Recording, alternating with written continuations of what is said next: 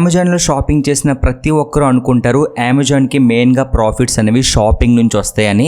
అది నిజమైతే కాదు. అమెజాన్కి ప్రాఫిట్స్ అనేవి షాపింగ్ నుంచి రావు. నిజం. అమెజాన్ స్టార్ట్ అయింది ఒక సింపుల్ ఆన్లైన్ బుక్ స్టోర్గా అనమాట. ఫౌండర్ జెఫ్ బెజోస్ ఒక విజన్తో అయితే స్టార్ట్ చేశారు. ప్రతిదీ స్టోర్ క్రియేట్ చేయాలనుకున్నారు. స్లోగా బుక్స్ నుంచి అన్ని ప్రొడక్ట్స్ని సెల్ చేయడం స్టార్ట్ చేశారు.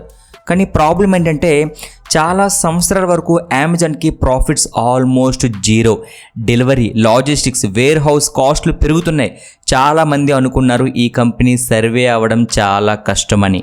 అప్పుడు అమెజాన్ ఒక సైలెంట్ మూవ్ చేసింది. AWS, Amazon web service.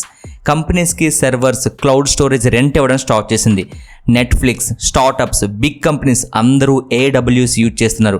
Twist ఏంటంటే అమెజాన్ టోటల్ ప్రాఫిట్స్లో మేజర్ షేర్ AWS నుంచే వస్తుంది. AWS మార్జిన్స్ చాలా high.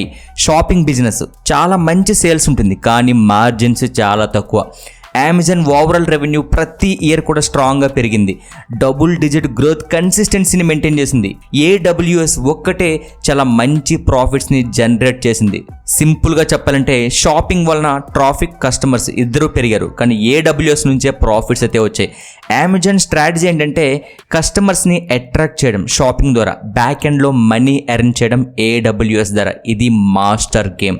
So Amazon shopping company కాదు, tech cloud giant. Real money ఎక్కడుందో అర్థం చేసుకోండి. ఇంకా ఇలాంటి హిడెన్ బిజినెస్ సీక్రెట్స్ కావాలా? మన ఛానల్ని సబ్స్క్రైబ్ చేసి ఈ వీడియోని లైక్ చేయండి.